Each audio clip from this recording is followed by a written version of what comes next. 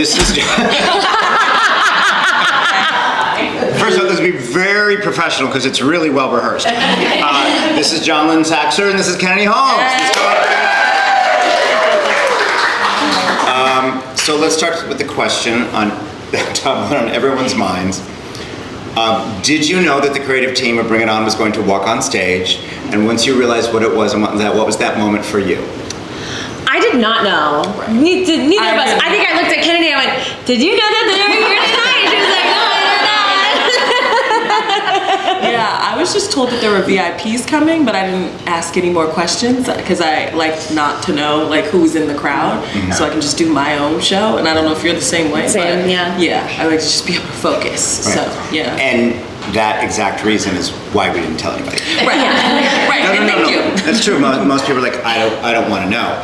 It was funny for me because like 2 hours beforehand when we were doing the whole thing to keep everyone hidden and everything, one of the ensemble members goes, "Oh yeah, Lynn's coming tonight. He told me. I ran into him in like Port Authority a month ago." I think. Yeah. I was like, Bex? okay. It was Bex. It was Bex. So much for the secret. So anyway, these two women are extraordinary in this show, and you are in for a real treat tonight.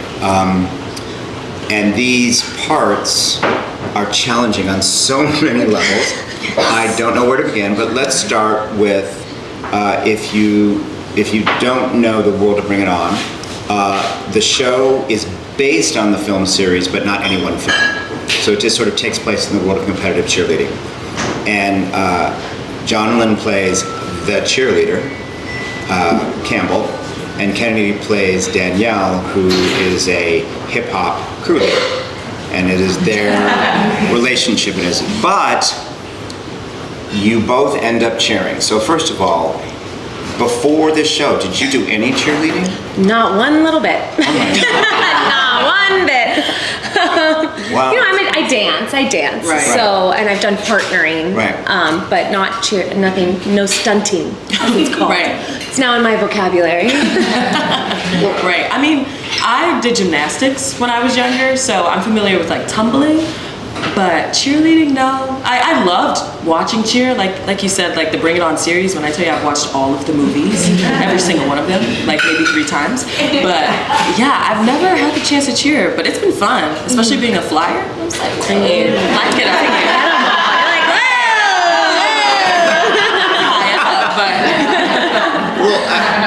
Part of this, to my understanding, because when we worked out with the choreographers, like the cheer choreographer, hip hop, blah, blah, blah, the understanding was the principals would not have to do this. Now, we had to rehearse them separately at St. Margaret's of Scotland because we had roofs and you can't do on the lawn. And one day the team comes back and like, "Oh yeah, all the principals want to do all the cheerleading, they're doing all the cheers." I was like, "I'm sorry, what?" So you guys just said, "Okay, let's do this"?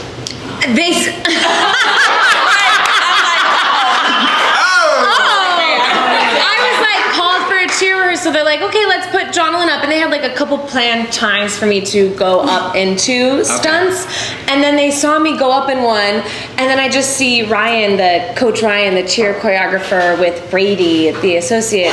They both are like,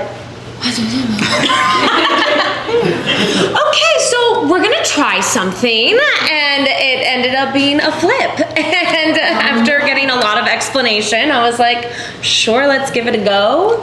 I think one of my questions was, "So what happens if I go wrong?" And they were like, "We'll still catch you." And I was like, "Great, let's give it a go." And the cheerleaders from University of Kentucky are just so incredible that we're up in the air, but it really just feels like you're standing on solid ground. Like they have you. It's absolutely incredible what they do. I do love the moment at the end. You know, you're doing the fantasy at the end of Act 1, and then suddenly you appear down. Yeah, I'm just in the sky. Like, oh, there she is. I mean, that's my favorite part in the whole show. It shows. Yeah, and I mean, and it is so fun because like the cheerleaders, like when I tell you they're insane and they're also so strong and just like the trust like was there from the jump. I didn't even know them. I'm just like, hi, I'm Kennedy. And they're like, oh, I'm Hundo, I'm Jake, I'm Isaiah. And then we're like, okay, so what now? And then they're just like, well, we'll just lift you. Like you just go up. I was like, okay. And then we did it. And I was like, wait, this isn't so bad, guys. Like they're absolutely insane. And I'm just in awe of their strength and just the consistency too. Like they're always hitting their stunts. And I'm like, I don't know how you guys do this. Like it's crazy, but yeah, I love it. Well, speaking of strength and consistency, you two as performers and artists, my deepest admiration. We've talked about it, and we'll talk about the journeys. We'll get to that. But these are really rigorous parts: sing, dance, act, cheer. And once you see the show, it is such a contemporary musical. It's so cinematic. It flies. It is so fleet. And I have to hand it to you. I have not seen one performance where I thought, okay, they look out of breath, they look tired. So,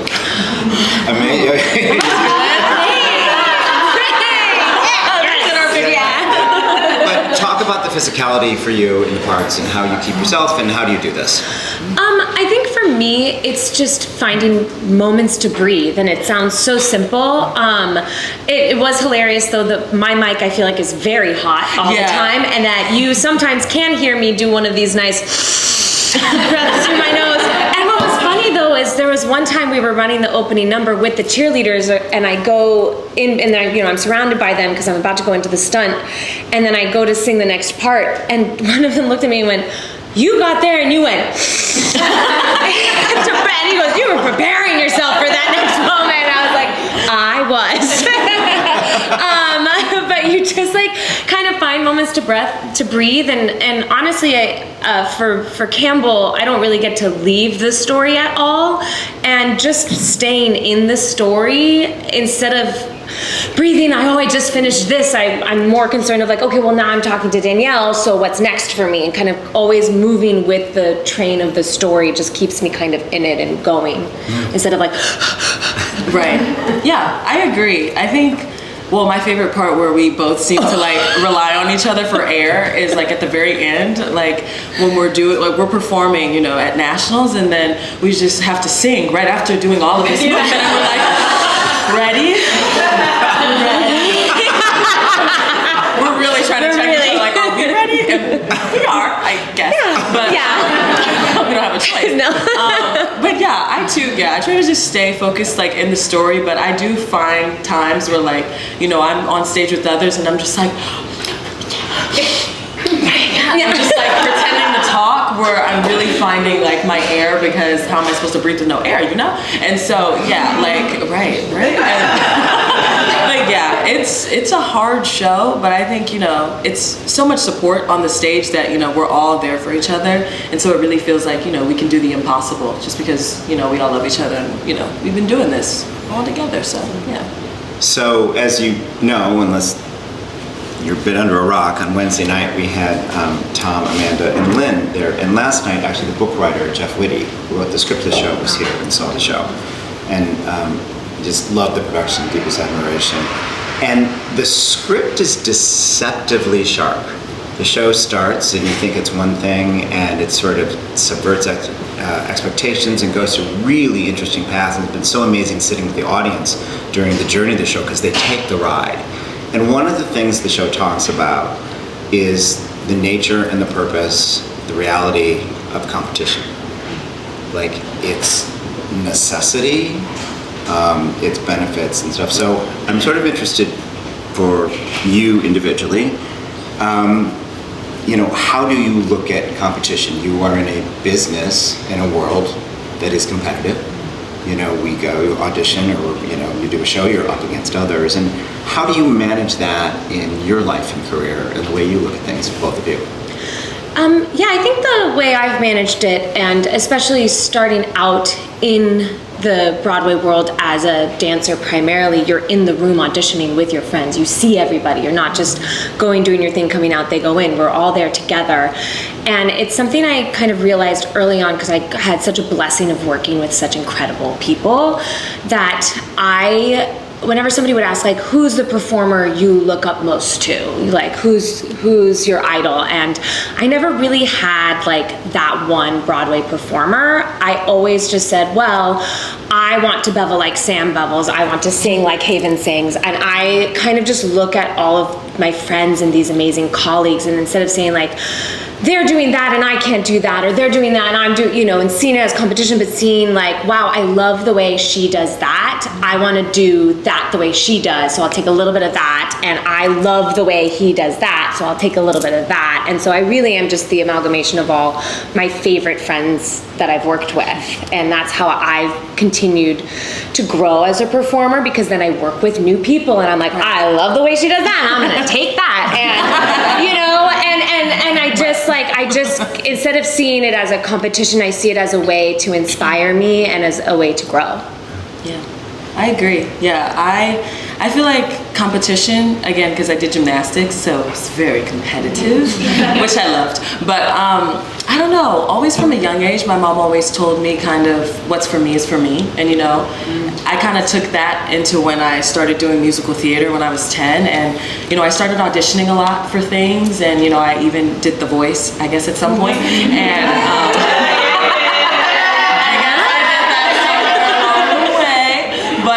you know, even with that, like, I didn't win that. And, you know, honestly, even though I was young, I wasn't too fazed by it. Because, again, my mom had instilled that mindset of, you know, what's for you is for you. Your time will come, and just be grateful for what you learned along the way, which is kind of like what I also take away from people. Like, I adore you, and you know, just being able to work with her and all the other people in the cast, it's been so inspiring. And I think I've said it a few times, but this has got to be one of my favorite casts that I've like worked with. Like, we all get along so well, and everybody is so talented in their own like unique ways. And so yeah, just watching everyone, I'm like, like, dang, I gotta hang out with all these people after the show. But yeah, I'm just inspired every time that I come, you know, to rehearsals or just do the show. So yeah. So I get to go into Uncle Mike mode here. You know, one of the gifts of this, and for all of us here, is artists return, and we get to see their journeys artistically as people, and that. I first met you when you starred as Peggy Sawyer in 42nd Street in 2016. Boy, she has one of my all-time favorite opening night moments. I'm going to tell this story. This is the best. This is the best. So, you know, you get to the end of the show, Sawyer, go out there, a star, you know, and she walks out there, and there's a single light, the ghost light on wheels. And the actor who had brought it down had forgotten to lock it down. And so she starts singing, and you see this thing going, like heading right for what was then the orchestra pit. And this one, without missing a beat, like, I guess you caught it out of the corner of your eye, I'm not sure what happened, but she just sort of reaches out in time to the music, as if this was all intended, and swings this thing around and puts it in place and like locks it with as she's singing. And I'm like, oh my God, that is the greatest thing I've ever seen. And she was extraordinary in that part, and it was a production we're really proud of. But and that was directed by Dennis Jones, who directed Bring It On. Oh, cool. And Dennis and I had a conversation watching you in this part, and I shared this with you, the extraordinary growth and work that you have done. Like, leading Lady to a whole new level. And I'm really fascinated to hear. And like, your career has been, you've been on Broadway, you've led national tours.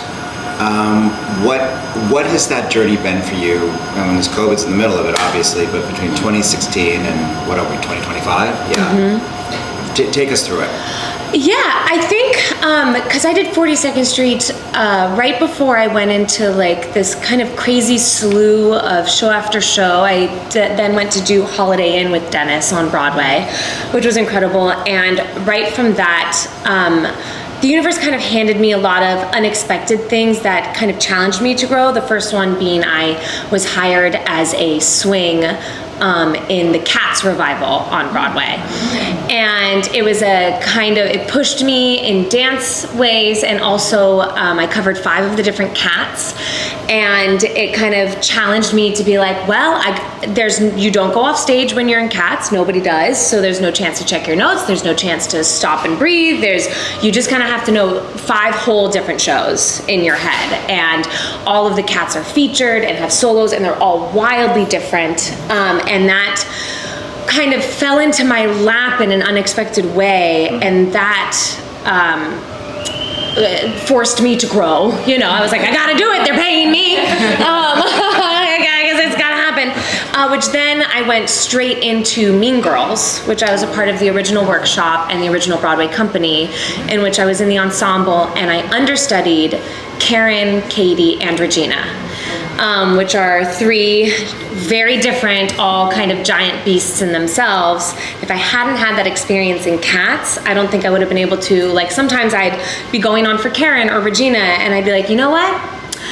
Bomb Ballerina was harder. If you can, even if it was or it wasn't, if you can say that to yourself before walking on stage, it kind of relaxes you a little bit. And what was brilliant about Mean Girls is, Taylor, who originated Campbell, was our original Regina, and I was one of her understudies. And the songs she sang out of town were not the same songs she ended up singing on Broadway. And I remember hearing the new version of the song, and I went to my friend who also covered Regina. I was like, have you ever riffed like that before? She was like, no, I didn't know we were gonna have to do that. And then so I took that music into my voice teacher, and I was like, they're paying me, I have to do this. And I kind of just pulled out my bootstraps and really worked with my teachers. And I think it's a really incredible way also for me to know, just because you finish school or you graduate from college does not mean that's where you are for the rest of your career. That you can always grow, and especially when you're given those challenges that you're kind of forced to. I was like, I'm gonna have to do it on a Broadway stage, so I better be able to do it. And that, I think, those experiences really pushed me into kind of where I am today. And also watching those, again, the same thing, watching those girls who are my peers do it, learn from them, make it my own, but also be like, well, if it ain't broke, don't fix it. Right. So if Kate Rockwell is getting a big laugh, I will do that exact same thing, and that's kind of my journey from there. Amazing. So Ms. Holmes, what's really beautiful about this moment, your first leading lady on the Muny stage, which has felt inevitable for all of us, right? I was in the room when you were 13. When would you, how old were you when you did Hairspray? Oh, that was 10. 10, okay. I was gonna say, oh yeah, 10. Mark that down. And this little girl walked in, and you just went, oh, okay. No, seriously, there are moments like that where you could just go, oh, here we go. And this whole city and this community feeling connected to you during your journey, and watching you in The Voice, as you mentioned, and going to school and coming back home here, and being a part of this. So, for all of us, this is a big, beautiful, wonderful moment. What's it like for you? Good transition. Right. What's it like for you? Well, like you said, I actually didn't know much about musical theater before the Muny. I just knew I could sing a little, and I was like, well, and one of my mom's friends told me, hey, you should have her audition there. I was like, okay, I guess. I had never really auditioned anywhere, so I remember I had my I had this cute little shirt on, these pants. They were crazy pants, but I just remember my mom also made me sing the exact same audition song for a video after the audition. I was like, Mom, I just want to rest. She was like, sing the video. I was like, okay, fine. But yeah, I'm just thinking about that audition. That was a while ago. Ooh, and I was so scared, but it turned out well, and I guess I booked it. Hey. So, there was Hairspray, and then after that I started doing the Muny Kids, which was incredibly fun, and I think that's where I really got my training in, because I danced outside of it, but the Muny Kids was no joke. We were training. I was like, dang, I'm building soldiers, but I loved it. Hey, I'm very thankful for it in the end, but I did that. Then Muny Teens. And I think somewhere along the way, yeah, there was the voice again, boom. And that time, that was a time to be had. I was 13, and when I tell you, I don't think I've really gone through anything as intense as that. Because just being 13, having to do school, and then having, people telling you, okay, you gotta go do A role and B role, and then we need you to also go record with Jennifer Hudson and sing your song. A song, by the way, that I barely knew. And I was like, okay guys, I guess. And yeah, it was just so crazy. But I'm very thankful, again, to have gone through that, because it prepared me for things like the Muny. Again, later on in life, where we only have like a week to prepare these things, and you gotta be on your stuff, and you gotta, prepare ahead of time. And so, I am very thankful. And yeah, I think right now my goal has been to focus on college and, just getting that degree, So yeah, I've been at school, but of course oh yes, fight on, yes. I'm at USC, go Trojans, yes. We do not like UCLA, sorry if there's any UCLA people here. But yes, I have been loving it at college, and I think my main goal was just to, prepare myself for things like this, coming back home. I've been just trying to better myself, learn from my amazing professors, because they're incredible, and a lot of them have worked on Broadway, because that's my goal at the end of, college. But yeah. It's gonna happen so fast. Yeah, I'm just like, let me just, keep learning, and yeah. But, we were all part of those conversations. We're all really proud of you for the choices you've made. Thank you. You know that. Yeah. You know that. You've been really, and I remember after Hairspray, one thing I remember about Hairspray is, Inez, like that solo is like 16 bars or something. It is, yeah. It's like nothing.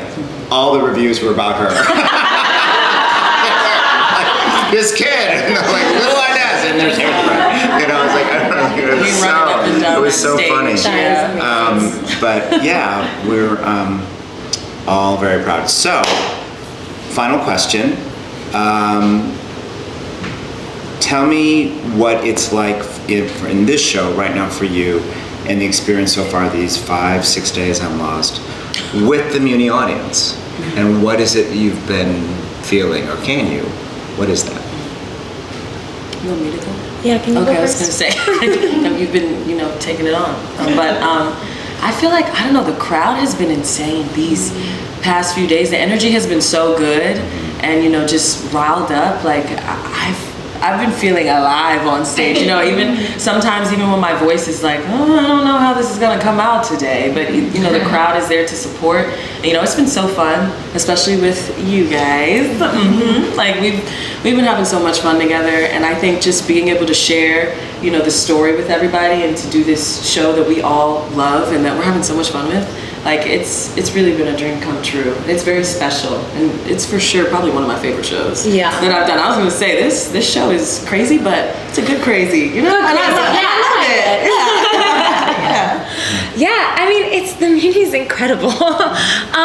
It's crazy because my show is I'm there most of the time, and it's very front loaded, and so I really just can still see everybody on the right as we start. I'm like, hello. Hi, 10,000. Hello. But it's kind of nice because there's almost so many people that you actually can't really see anybody, which is kind of nice until there's some moments where we're on those pit lifts right there, and the light bleeds, and I'm like, oh, look, blue shirt, hello, don't look at that person. I'm like, oh, this is nice bag, but don't look at them.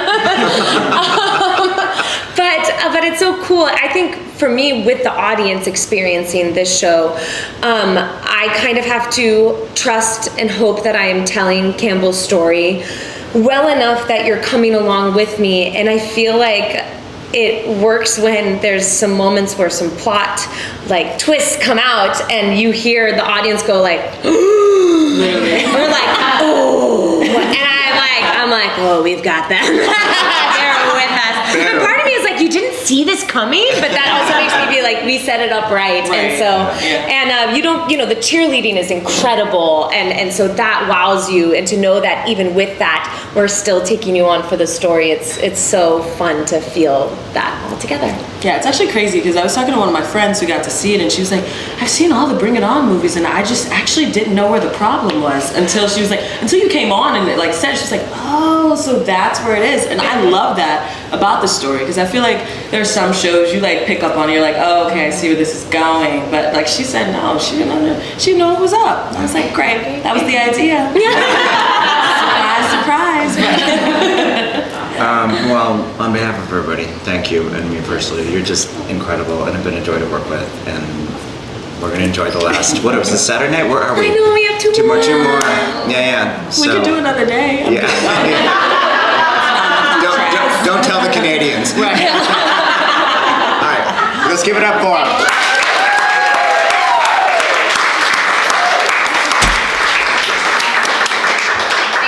So much. We appreciate you. Thank you, Mike, for your time. And we're going to hang out down here until 7:45, but feel free to, I know you all are headed out. So thank We you have to do so our much. cheer call.